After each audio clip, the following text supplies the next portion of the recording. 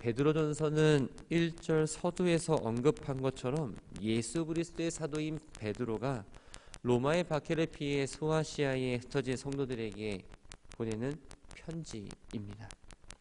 신약의 서신서 가운데에서 자신이 사도라는 것을 직접 밝히는 사람은 바로 바울과 베드로밖에 없습니다. 바울의 경우 대부분 자신의 사도권에 문제 삼는 것에 대해서 변호하거나 혹은 방어하기 위해 사도란 말에 여러 가지 수식어를 붙여서 표현했습니다. 그런데 베드로는 아무런 수식어 없이 그저 단순하게 예수 그리스도의 사도라고만 밝힙니다. 바울과 달리 베드로는 사도들 중에서 널리 알려져 있는 사람이었고 또한 예수님의 수제자였고 이름만으로도 사도라는 것을 인정받을 수 있는 사람이었습니다. 베드로의 본명은 시몬으로 갈릴리 베세다 출신의 어부입니다. 예수님은 갈릴리 바다에서 일하던 그를 제자로 부르셨고 나중에 반석이라는 뜻을 가진 베드로 게바라는 이름을 주셨습니다. 12제자 가운데 수제자로서 자주 제자들의 대변자 역할을 했고 제자들 가운데 최초로 그리스도를 살아계신 하나님의 아들이라는 신앙 고백을 한 사람입니다. 하지만 베드로는 성격이 급하고 충동적이어서 자주 실수를 범하기도 했습니다. 주님께서 잡히시던 날 밤 주님을 3번 부인하는 실수를 저질렀습니다. 하지만 예수님 부활하시고 갈릴리에서 다시 베드로를 만나 내 양을 먹이라는 그 사명을 맡기심으로써 믿음을 회복시켜 주셨죠.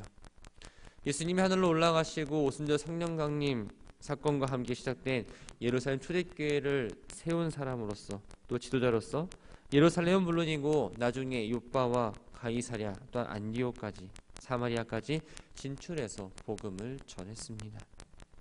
베드로는 이 편지를 과연 어디에서 언제 썼을까? 베드로전서 5장 13절을 보면 베드로가 문안을 보내는 장소에 대해서 바벨론이라는 표현이 나옵니다. 여기서의 바벨론은 이스라엘 백성이 포로 생활했던 그 바벨론을 말하는 건 아닙니다.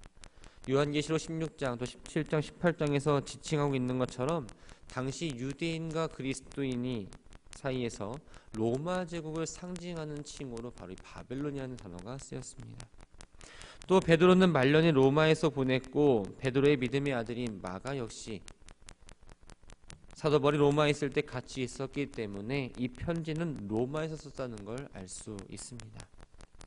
교회가 외부로부터 핍박을 받던 주요 시기는 바로 네로 시대, 또 도미티안 황제 시대, 트라이안 시대입니다. 베드로가 주 68년 네로 황제에서 순교를 당했으니 이 편지는 먼저 네로 황제 시대 때 쓰였다는 걸 알 수 있습니다. 주 64년 로마 시대에 큰 화재가 발생합니다. 로마시는 14개 구역으로 나뉘어져 있었는데 이 화재로 인해서 온전한 모습을 남아있는 건 4개 구역밖에 없었습니다.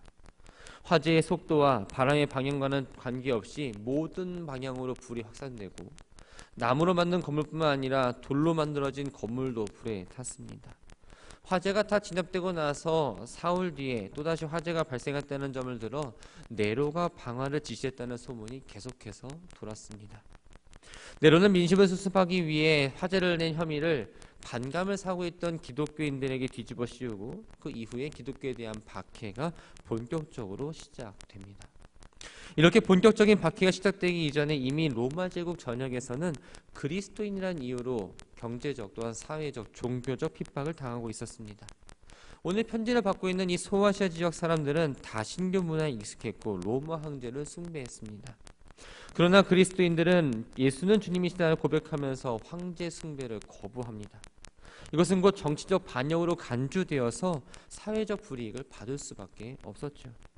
이방인들의 음란하고 방탕한 생활과 달리 구별된 삶을 살아야 한다는 그 자체만으로도 미움을 받고 비방을 초래하는 일이었습니다. 이런 여러 가지 고난을 받으면서 신앙생활을 하고 있는 성도들에게 또한 로마의 이러한 정치적 박해는 불안과 두려움을 가져다 줄 수밖에 없었죠.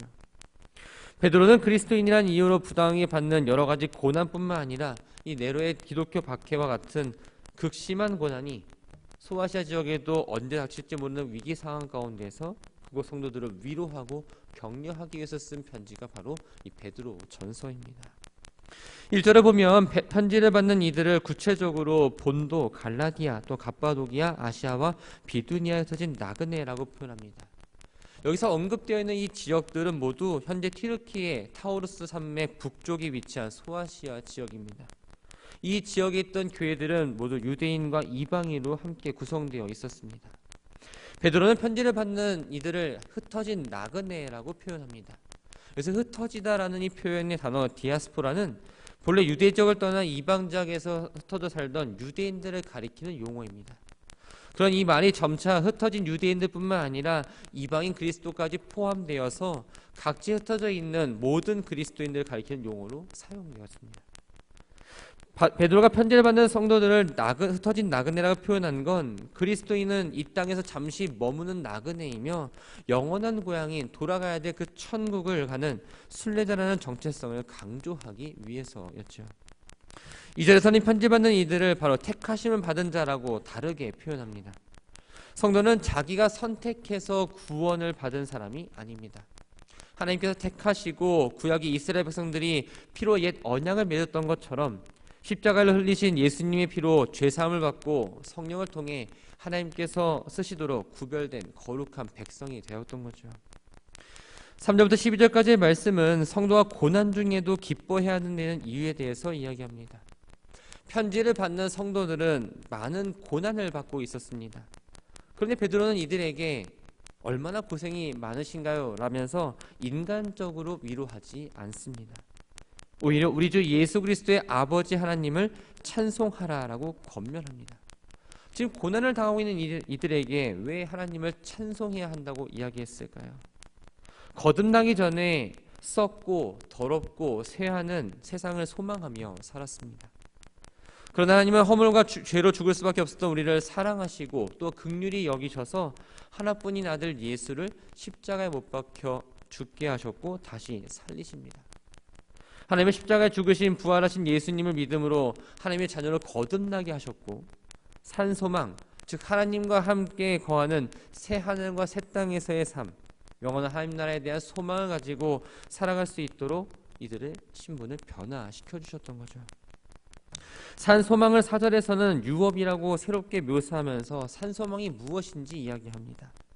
4절을 보면 썩지 않고 더럽지 않고 쇠하지 아니한 유업을 잊게 하시나니 곧 너희를 위하여 하늘에 간직한 것이라.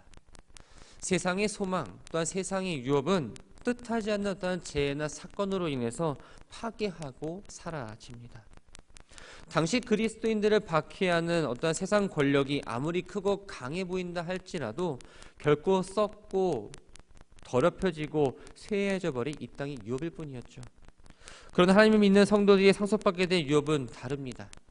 구약시대 이스라엘 백성들이 기업을 받았던 가나안 땅과는 비교할 수 없을 정도로 아주 완벽하지요. 하늘에 예비되어 있어서 외부의 어떤 것들로부터 영향받지 않습니다.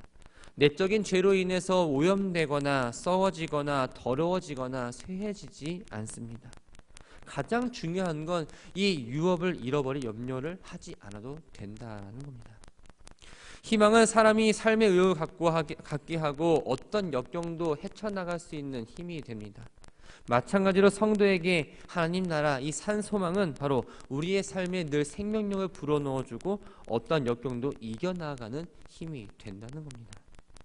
5절을 보면 하나님께서 성도들이 받을 유업을 하늘에 간직하고 보호한 것처럼 이 유업을 받을 자들도 하나님께서 보호하신다라고 이야기하고 있습니다. 너희는 말세에 나타나기로 예비하신 구원을 얻기 위하여 믿음으로 말미암아 하나님의 능력으로 보호하심을 받았느니라. 성도의 소망은 마지막 때에 하나님이 예비하신 구원을 받는 것인데 그 구원을 얻기 위해서는 바로 믿음이 필요합니다. 보호하심을 받았다는 이 말은 원래 적의 공격으로부터 시민을 보호하기 위해 도시 안에 쌓아놓은 요새를 말한다. 본문에서는 이 말이 성도의 유업을 뺏으려고 하는 원수들의 모든 공격으로부터 하나님의 능력이 보호해 주신다는 걸 의미하죠. 우리가 고난을 받을 때 사단의 시험이 많습니다. 사단은 하나님을 향한 사랑에 대해서 불신을 심어주죠. 고난을 통해서 하나님을 원망하게 만들고 마음을 어렵게 합니다. 그러나 하나님의 능력은 하나님의 사랑에 대한 확신을 심으시고 성령을 통해서 그 사랑을 부어 주십니다. 그래서 고난을 받고 있지만 그 가운데에서 그 뜻이 무엇인지 알게 하시고 하나님의 사랑을 경험하게 하시는 거죠. 6절에 보면 그러므로 너희가 이제 여러 가지 시험으로 말미암아 잠깐 근심하게 되지 않을 수 없으나 오히려 크게 기뻐한다고 말합니다. 아름다운 그림이 수놓아져 있는 그 자수판 뒷면을 보면 여러 가지 색실들이 매우 많이 엉켜 있는 걸 보게 됩니다. 이처럼 성도의 삶에도 다양한 시험들이 놓여져 있다는 거죠. 당시 편지를 받는 이들은 많은 시험을 겪고 있었습니다. 이방 불신자들의 비방과 욕설을 들어야 했고, 또한 경제적으로는 어떤 해골당하거나 폭행을 당하기도 했고, 심지어 살인까지 너무나 견디기 어려운 시련을 당하고 있었습니다. 하나님은 믿음의 연단을 위해서 성도들에게 시련을 주시는데 그것은 성도들에게 시험이 되고 근심을 겪게 합니다. 하지만 성도들이 장차 누릴 그 영원한 영광에 비유해 본다면 시련은 잠깐에 불과하다는 거죠. 또한 시련 중에서도 하나님은 성도를 보호해 주고 계십니다. 그렇기 때문에 성도는 모든 시련을 인내로 이겨내야 하고 하나님의 영광과 축복이 기다리고 있기 때문에 오히려 그 고난받지만 기뻐할 수 있어야 합니다. 7절에 보면 성도들의 시험하는 목적에 대해서 이야기하고 있습니다. 너희 믿음의 확실함은 불로 연단하여도 없어질 금보다 더 귀하여 예수 그리스도께서 나타나실 때에 칭찬과 영광과 존귀를 얻게 할 것이다. 지금 베드로는 성도의 믿음을 순금에 비유합니다. 황금은 원래 자연 상태에서 단독적으로 존재하는 게 아닙니다. 돌 속의 소량으로 섞여서 존재하지요. 그 금광에서 채굴된 돌을 순금을 얻으려면 반드시 재련하는 과정을 거쳐야 합니다. 재련의 과정을 여러 번 거쳐서 불순물을 다 걸러내면 아주 적은 그 돌이 갖고 있던 소량의 순금을 얻게 됩니다. 하지만 이건 역시 결국 언젠가는 없어지고 마는 거죠. 하나님께서 성도를 시험하시는 이유는 성도들을 실족하려고 하는 게 아닙니다.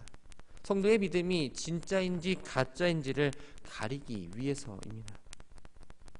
시험을 통해서 세상의 거짓된 희망을 다 털어버리고 믿음이 순금과 같이 깨끗하고 아주 순수하게 되어집니다. 이렇게 환난과 시련으로 단련된 믿음은 순금보다 더 귀합니다. 믿음은 더욱더 깊어지고 넓어지며 우리의 내면은 그리스도의 믿음을 형상을 닮은 성숙한 사람으로 성장시킨다는 겁니다. 참된 믿음을 가진 사람은 그리스도께서 다시 오시는 그날 하나님으로부터 칭찬과 존귀와 영광을 받을 수밖에 없습니다. 8절을 보면 예수를 너희가 보지 못하였으나 사랑한도다 라고 말합니다. 베드로는 예수님과 함께 했고 예수님과 함께 살면서 어떤 예수님이 고난당하심과 부활하신 모든 것들을 경험했던 사람입니다. 반면에 편지를 읽는 이 소아시아 성도들은 예수님의 모습, 그 목소리, 행하신 이적, 십자가의 죽음과 부활 등 예수님을 직접적으로 경험한 이들은 아니었습니다. 그럼에도 불구하고 예수님에 대해서 들어서 알고 믿었기 때문에 예수를 사랑할 수 있었던 거죠. 예수님은 자신을 보고 나서야 믿은 도마에게 보지 않고 믿는 자들이 복되다라고 말씀하셨습니다. 이 말씀에 비추어 보면 지금 이 편지를 읽는 사람들은 주님을 직접적으로 경험하지 못했음에도 불구하고 믿음으로 예수님을 사랑하는 복된 자들이었던 겁니다. 과거에 주님을 경험한 적도 없습니다. 현재 직접 눈으로 예수님을 볼 수 없습니다. 하지만 예수님을 사랑하고 신뢰할 수 있었던 이유는 바로 믿음으로 얻게 될 그 구원 덕분이었던 거죠. 미래에 누릴 구원을 생각하면 지금의 고난과 시련이 있어도 견딜 수 있고 지금 당장 구원을 완성된 건 아니지만 구원을 이뤄가는 그 현재 삶 가운데에서 기뻐하고 즐거워하는 겁니다.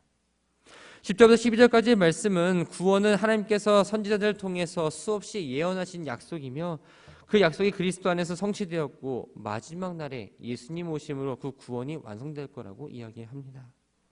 10절에 나오는 선지자는 바로 구약성경에 나오는 선지자들을 말합니다. 구약시대 선지자들은 메시아 때가 언제인지 간절히 알기를 원했고 그것을 알기 위해서 말씀을 연구했습니다. 그리스도의 영이 선지자들 통해서 예수님이 받으실 고난과 그 후에 받으실 영광도 예언합니다. 많은 선지자들을 통해서 고난받는 메시아에 대해서 이야기했음에도 불구하고 유대인들은 그 말씀을 받아들이지 않았습니다.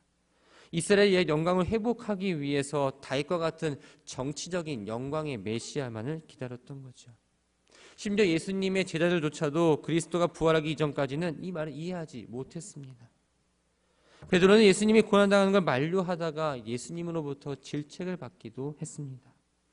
그러나 오순절 성령 강림 이후에 비로소 성령께서 깨우쳐 주심으로 그리스도의 고난에 대해서 올바르게 이해합니다. 베드로는 구약시대 선지자들이 그리스도의 고난과 영광에 대해서 연구하고 예언한 것들이 선지자 시대의 자신들을 위한 게 아니라 바로 지금을 살아가고 있는 신약시대 성도들을 위한 거라고 말합니다. 구약의 선지자들이 그리스도의 고난과 영광에 대해서 예언한 건 정확했지만 그것은 희미했습니다. 그러나 하늘로부터 보내신 성령, 즉 오순절에 임할 성령을 통해 복음을 전하는 능력을 받은 전도자들을 통해서 선지자들이 예언한 구원이 전해졌고, 또한 복음을 받는 자들에게도 성령이 역사하셔서 그 복음의 내용이 무엇인지를 깨닫게 하셨습니다.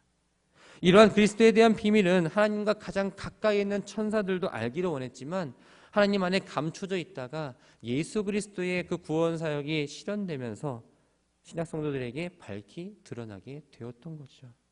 선지자들도 또 천사들도 누리지 못한 그 구원을 이 편지를 읽는 이들은 예수 그리스도의 믿음으로써 구원을 받는 특권을 누리고 있다는 걸 알려주면서 오늘 본문을 마무리합니다. 말씀을 정리합니다. 사람들은 일반적으로 자기가 가진 능력과 또한 사회적 지위 혹은 다른 사람의 평가에 의존해서 자기 정체성을 만들어 갑니다. 하지만 하나님은 우리가 가진 배경, 능력과 상관없이 그리스도인이라는 특별한 정체성을 우리에게 부여하셨습니다. 베드로는 함께 선택받아 성령과 예수 그리스도의 피로 거룩해진 사람들이 그리스도인이라고 이야기합니다.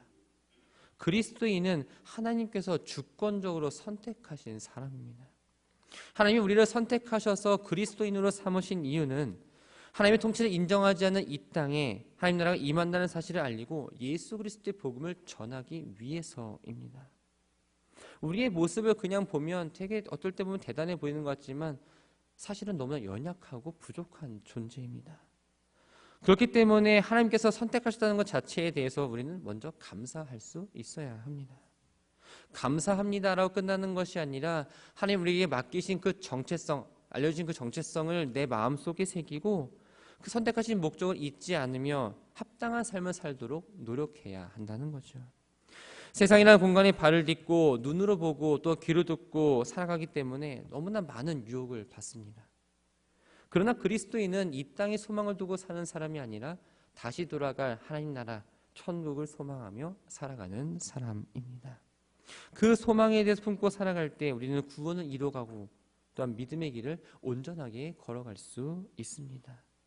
고난과 시련이나 어려움이 찾아오지만 우리의 정체성을 분명하게 인식한다면 고난과 시련을 바라보는 시선도 달라지게 됩니다.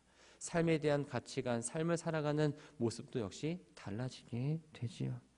오늘 하루 우리에게 24시간이 주어졌습니다.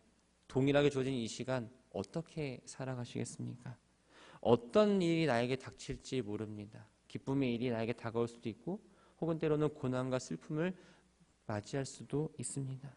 어떤 상황이든 무엇을 하든 내 정체성, 나는 그리스도인이라는 그 사실을 잊지 마시고 오늘 주신 말씀을 마음에 새기며 예수님을 늘 붙잡고 주어진 일들을 잘 감당하며 능히 살아내는 우리 모두가 되기를 주님의 이름으로 축원합니다.